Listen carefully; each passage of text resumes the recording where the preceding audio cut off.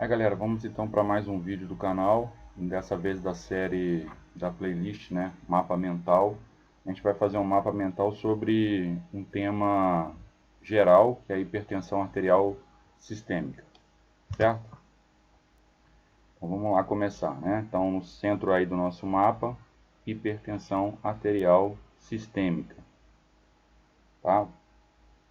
Primeiro ponto importante de hipertensão arterial sistêmica é o conceito, né?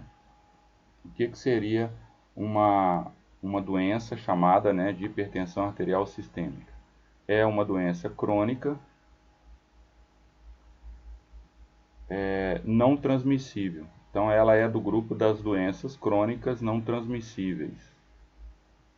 Transmissível, né? Então, é uma doença crônica não transmissível que se caracteriza por uma PA, uma pressão arterial sistólica maior ou igual a 140 milímetros de mercúrio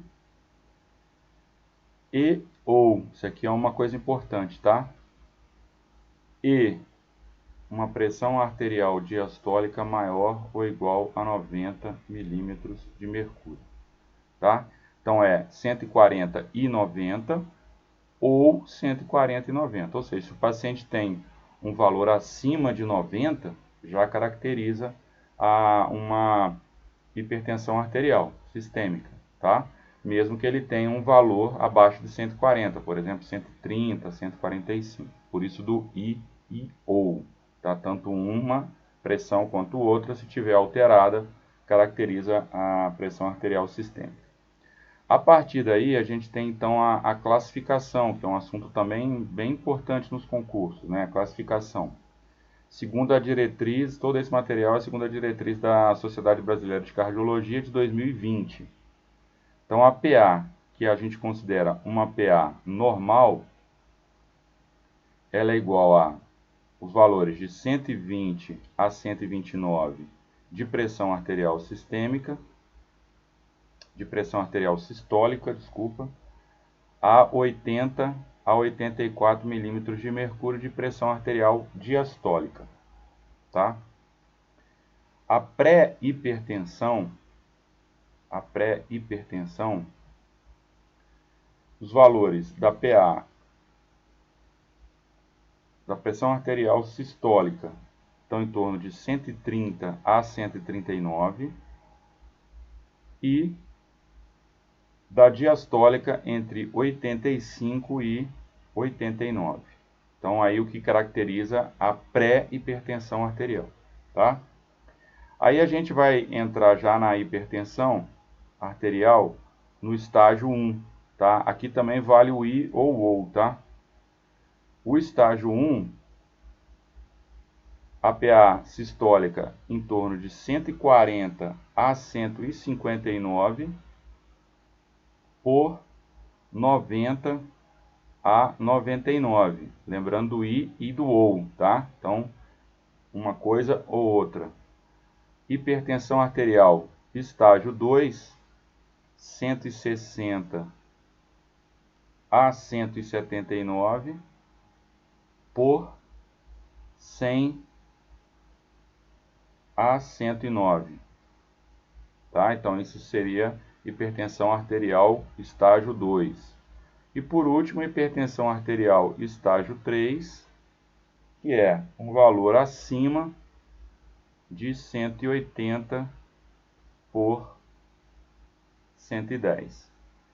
Tá? Inclusive, esses valores de 180, acima de 180 e acima de 110, caracteriza também um quadro de emergência hipertensiva, né? Esse paciente precisa ser avaliado e medicado o mais rápido possível, tá? Então, você está lá prescrevendo exercício, o paciente antes do exercício ou após o exercício atinge esses valores exagerados de pressão, 180 por 110, isso caracteriza uma emergência hipertensiva, tá?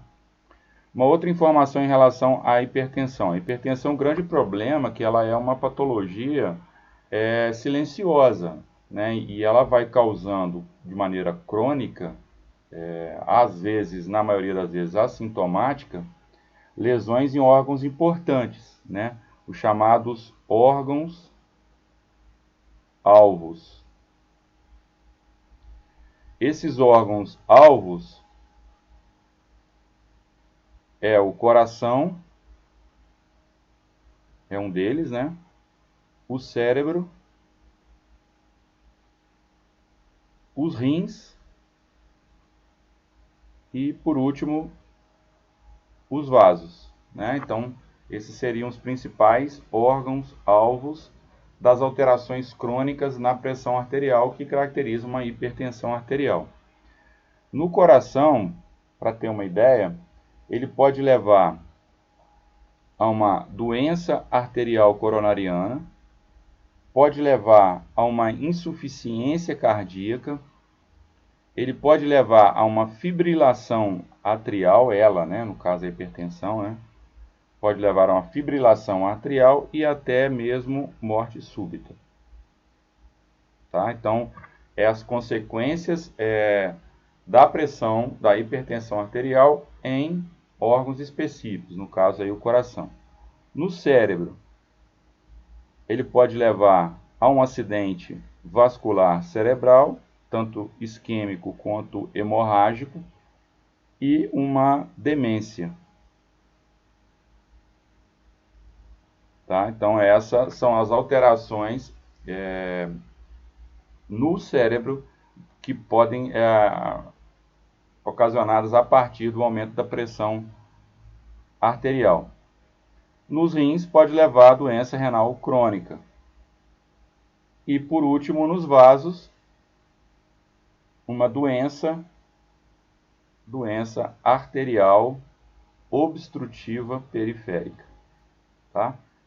No caso da doença arterial coronariana, que é também uma artéria periférica, né, que nutre o coração, especificamente no coração, leva uma doença arterial coronariana. Nos vasos, em geral, eles levam a doença arterial obstrutiva periférica. Tá? Então, esses são os órgãos-alvos da hipertensão arterial e aqui cada uma das patologias, cada uma das alterações que esses órgãos podem sofrer em função da pressão aumentada. E por último, mais uma informação importante é em relação aos fatores de risco da hipertensão arterial, né? Então, os fatores de risco, eles são, vamos colocar aqui, ambientais,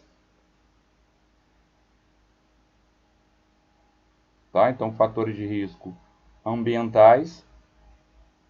E nesses fatores de risco ambientais, a gente pode falar aí da dieta, né? De uma dieta não muito saudável, uma dieta rica em gordura, rica em sódio, né? A gente pode falar aí do álcool e do fumo, que está mais relacionado às doenças coronarianas, às doenças do coração, do que da hipertensão, né? Ambientais também entraria o sedentarismo e o sobrepeso ou a obesidade. Então, sobrepeso ou a obesidade. Tá? Então, esses seriam os fatores ambientais aí, fatores de risco ambientais para a doença coronariana. Então, e uma observação aqui, ó, nessa diretriz de 2020, na Associação Brasileira de Cardiologia, eles colocam a medida da circunferência da cintura. E eles colocam uma coisa interessante, que é deveria ser levado mais a sério a medida dessa circunferência da cintura, dado a relação direta que ela tem com o aumento no risco de doenças de hipertensão arterial, né?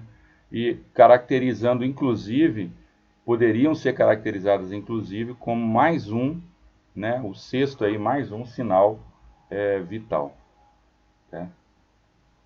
Né? São 5 sinais vitais, caracterizando aí mais um, o 6º sinal vital. É fator de risco também para hipertensão arterial os determinantes sociais, né? E aí os determinantes sociais que a gente pode colocar aqui é a renda, é a educação, o nível educacional, né? Quanto menor, maior o risco de hipertensão arterial, e é o acesso ao sistema de saúde.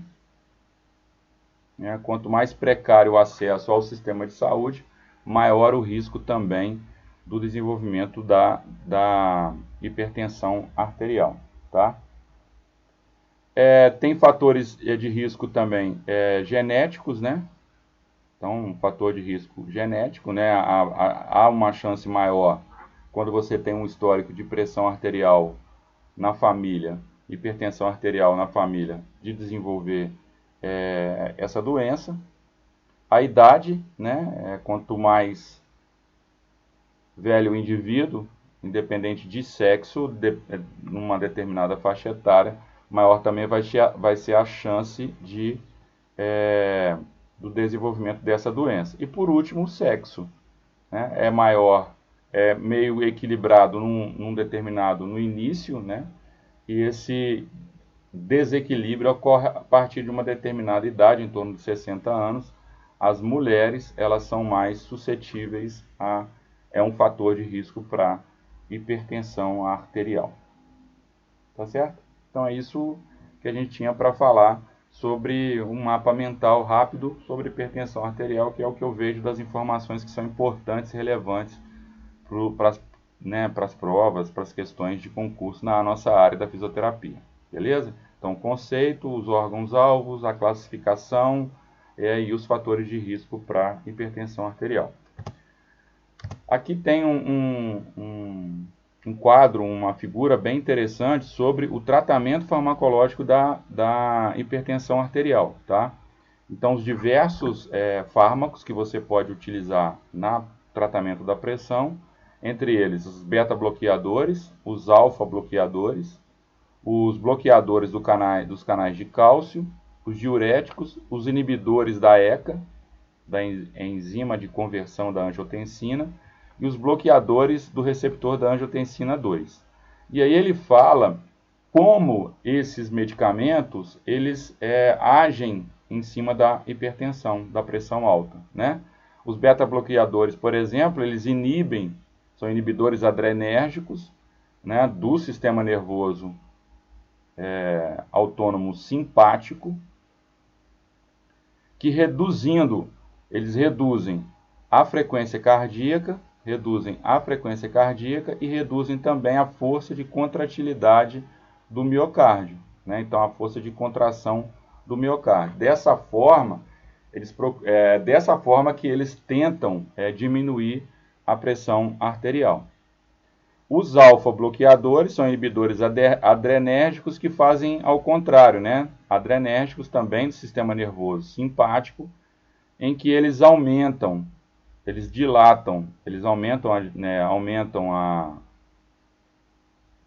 eles promovem a dilatação das artérias, uma dilatação maior dos vasos diminui teoricamente a pressão arterial. Já os bloqueadores dos canais de cálcio têm um efeito não em cima do sistema nervoso autônomo, mas tem um efeito parecido com o dos alfa-bloqueadores. Eles também promovem a dilatação dos vasos sanguíneos. Tá? Os diuréticos, eles têm uma ação em aumentar a excreção renal de eletrólitos e de água, a fim de reduzir o volume plasmático. Né? Então, se eu reduzo o volume, né,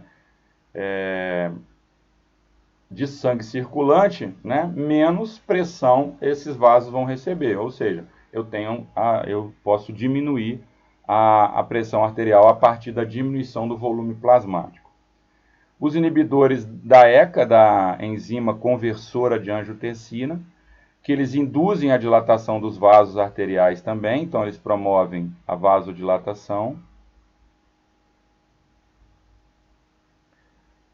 É uma ação desses inibidores, justamente por inibir o hormônio vasoconstritor produzido pelos rins, né? Eles são responsáveis também pela retenção de sódio e de água por parte dos rins, o que expande o volume sanguíneo. Tá? Então, essa é a maneira dos inibidores da conversor de angiotensina. Tá? Nesse caso, quando eles expandem o volume, né, eles promovem um aumento da pressão arterial, porque mais volume, né, mais volume, maior a pressão arterial. Né? Mas no caso aí, a ação de diminuição da pressão arterial através dos inibidores da ECA é aumentando a vasodilatação dos vasos sanguíneos. E por último, os bloqueadores do receptor da angiotensina 2, eles bloqueiam a ação da angiotensina 2 com o objetivo de relaxar os vasos sanguíneos arteriais. Então, ele relaxando os vasos sanguíneos arteriais, eles vão diminuir também a pressão arterial. Um exemplo aqui da ação desse relaxamento. Por exemplo, quanto mais idade tem o indivíduo, maior a chance dele desenvolver pressão. Por quê? Porque você tem um aumento na rigidez dos vasos, né, em função do envelhecimento. Né? Então, os bloqueadores do receptor de angiotensina 2, eles promovem o relaxamento, diminuindo essa rigidez natural dos vasos decorrentes da idade. Tá? Então, esse é mais ou menos, de maneira resumida, mas entendo que é a maneira mais fácil de entender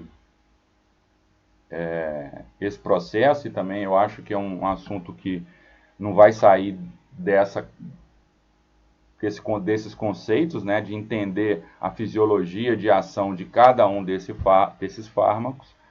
É isso que eu acho que pode cair, tá? Então é isso. Espero que vocês tenham gostado do vídeo. Esse é mais um vídeo, né, do mapa mental de hipertensão arterial. Se você gostou, você vai lá, né, dá seu joinha, compartilha aí. Ajuda a manter esse canal assinando.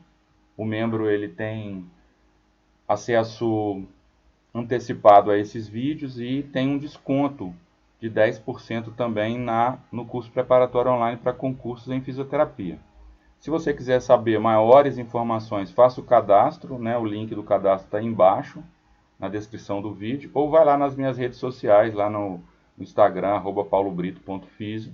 Lá você tem acesso a esse cadastro, tem acesso inclusive também, que está aí no nosso canal, de um vídeo de apresentação do curso preparatório, como ele funciona, né? Quais são as ferramentas que a gente utiliza. E é isso, tá? Espero que vocês tenham gostado e até o próximo vídeo.